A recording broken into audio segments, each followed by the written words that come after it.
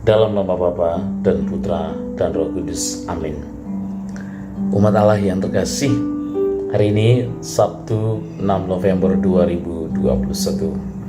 Injil yang kita renungkan berasal dari kelanjutan Injil kemarin.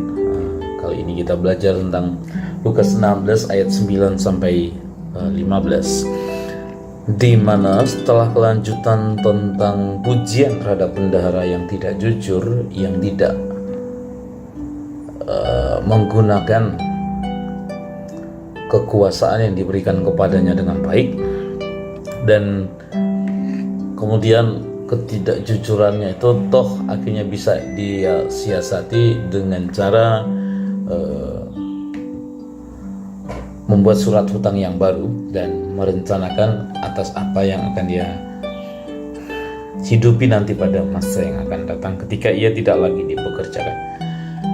Nah, lalu Yesus melanjutkan kemudian tentang bagaimana supaya kita juga mampu untuk mengikat tali persahabatan ya dengan mamon yang diperoleh dengan cara yang tidak benar, dengan mamon yang tidak jujur, supaya nanti kalau mamon itu tidak dapat menolong lagi, maka kita akan diterima dalam kemah abadi. Mamon bagi orang Ibrani merupakan kekayaan ya. Jadi bukan lalu kemudian artinya apa kita memberi kekayaan dengan cara merampok atau mengambil milik orang lain lalu memberikannya kepada orang miskin, dan mungkin kita mengira bahwa kita sudah melakukan apa yang diperintahkan. Penafsiran demikian tentu saja harus dikoreksi. Sebenarnya yang Tuhan inginkan adalah bahwa muliakanlah Tuhan dengan hartamu ya? Dengan apa yang ada padamu, dengan jerih payah. Bahkan Amsal 3 ayat 9 berbunyi, muliakanlah Tuhan dengan hartamu, dengan hasil pertama dari segala penghasilanmu. Nah, jadi Tuhan menginginkan kita menggunakan seluruh apa yang ada dalam diri kita, meskipun kita sudah pernah jatuh pada hal-hal yang berdosa, lalu itu harus menjadi titik start bagi kita untuk memulai hidup yang baru. Contoh Zakheus ya. Zakheus nanti di Lukas 19, ia seorang pelaku kejahatan ya. Ia seorang pemungut cukai, tapi juga ia menggandakan bunga pajak yang membuat orang-orang harus membayar pajak lebih daripada yang ditetapkan. Dan ia seorang yang jahat.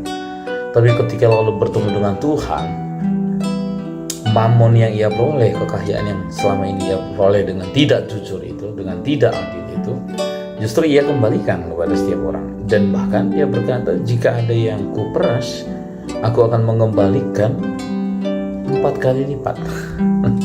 Nah, bagaimana Zakheus ya berjalan dari mamon ketidakbenaran ya, dari mamon yang tidak jujur, dari kekayaan yang tidak adil, dari cara hidup yang jahat. Lalu dari sana lalu ia berlari, bukan lagi berjalan, ia berlari pada kebenaran hidup, bahwa kekayaan yang sesungguhnya ada pada orang yang saat itu ada atau datang ke rumahnya, yaitu Yesus sendiri. Nah, kalau dengan demikian Tuhan sebetulnya yang ingin mengatakan kepada kita, di dunia ini pun kita harus ingat, harta, kekayaan, kepemilikan bukanlah sesuatu yang perlu untuk kehidupan kita yang akan datang, kehidupan surgawi kita. Dia tidak diperlukan di sana, tapi untuk ke sana itu lalu dibutuhkan. Sekali lagi, harta, kepemilikan, uang, apapun itu, seluruh kekayaan kita tidak dibutuhkan, tidak ada nanti di dunia yang akan datang. Dia tidak dibutuhkan. Tapi untuk ke sana itu juga lalu bisa dibutuhkan. Ketika Zakheus selalu memberikan itu kepada orang-orang yang diperas, kepada orang-orang yang miskin, apa yang terjadi? Dia menerima keselamatan. Bahwa orang miskin ini memberikan keselamatan bagi orang kaya. Nah, kalau misalnya kita menyadari ini, ya, lalu kita tidak lagi mengabdi kepada kekayaan. Kita lalu belajar menggunakan, ya, mamon yang kita peroleh selama di dunia ini untuk hidup kita pada kehidupan surgawi yang menjadi tujuan hidup kita. Nah, jadi ini membutuhkan dukungan setiap hari. Untuk masuk ke sana dibutuhkan dukungan setiap hari. Nah, oleh karena itulah Yesus bilang, siapa yang setia dalam perkara-perkara yang kecil, dia akan dipercayakan hal-hal yang lebih besar. Siapa yang adil dalam hal-hal yang kecil, maka dia akan diberikan juga hal-hal yang dia akan bisa adil dalam hal yang lebih besar. Inilah para saudara inti tentang bagaimana Allah dan Mamon, relasinya seperti apa. Bahwa Allah tetap Allah dan Mamon tetap menjadi Mamon. Mamon dari dirinya sendiri tidak boleh digunakan sebagai tujuan, karena Allah yang menjadi tujuan. Mamon adalah sarana untuk sampai kepada tujuan. Kekayaan bukan menjadi sesuatu yang asing dalam kehidupan iman kita. Maksudnya, kekayaan pun bisa kita gunakan untuk mengabdi kepada Tuhan. Semoga kiranya dengan permenungan ini kita belajar untuk setia pada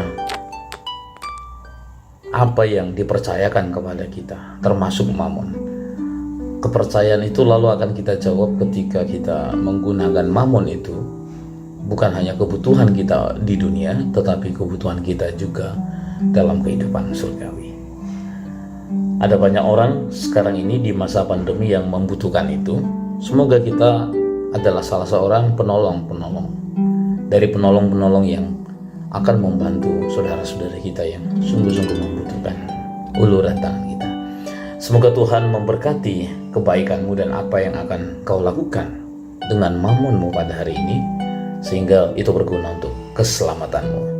Bapa dan Putra dan Roh Kudus. Amin.